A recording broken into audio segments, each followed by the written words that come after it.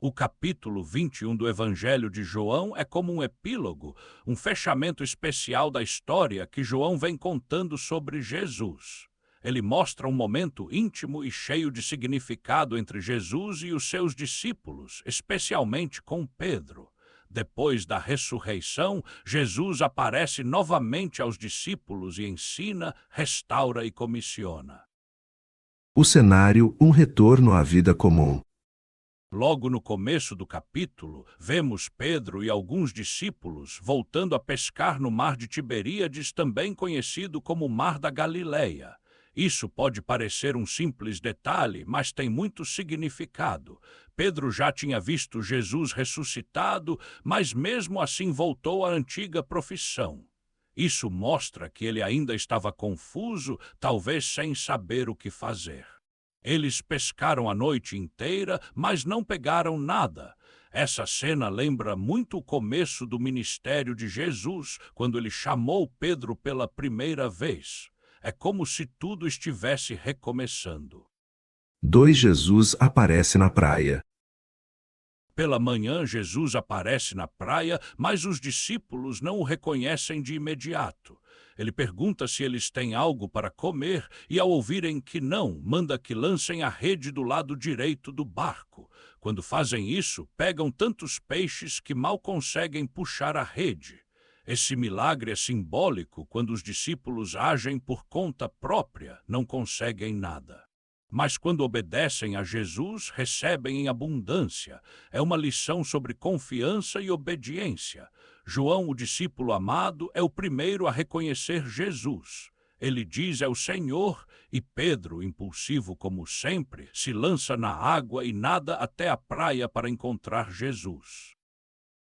3 O café da manhã com Jesus.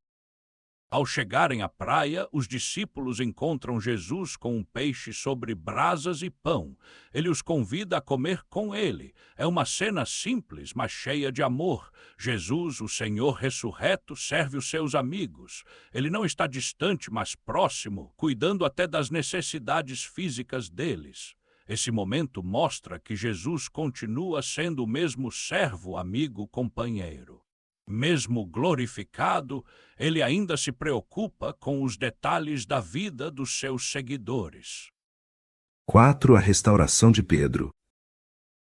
Depois da refeição, Jesus faz uma pergunta a Pedro: Simão, filho de João, tu me amas mais do que estes outros? Pedro responde: sim, Senhor, tu sabes que te amo.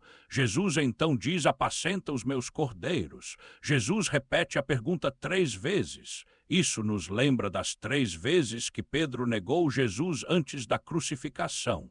Agora, Jesus está dando a Pedro 3 oportunidades de reafirmar seu amor. Isso é muito importante. Jesus não humilha Pedro, mas o restaura com amor. Ele quer mostrar que Pedro ainda é útil, que está perdoado e que tem uma missão: cuidar do rebanho, ou seja, das pessoas que viriam a crer nele. 5 O chamado ao sacrifício. Jesus diz a Pedro que quando ele fosse mais velho, alguém o levaria para onde ele não queria ir. Isso era uma profecia sobre como Pedro iria morrer, dando sua vida por Jesus. Mesmo assim, Jesus termina com o convite: segue-me. É como se Jesus dissesse: eu sei do seu passado, sei do seu futuro, mas ainda te quero comigo. É um chamado de amor e compromisso. 6 João e o testemunho final. No final do capítulo, Pedro pergunta o que acontecerá com João. Jesus responde que isso não é da conta dele e que o importante é que cada um siga a Jesus do jeito que for chamado. João termina o capítulo dizendo que Jesus fez muitas outras coisas e que, se fossem escritas uma por uma, o mundo não poderia conter os livros. Isso mostra que o Evangelho é só uma parte do que Jesus fez, mas tudo o que foi escrito é suficiente para que creiamos. Então, o que aprendemos nesse capítulo da Bíblia escrita por João?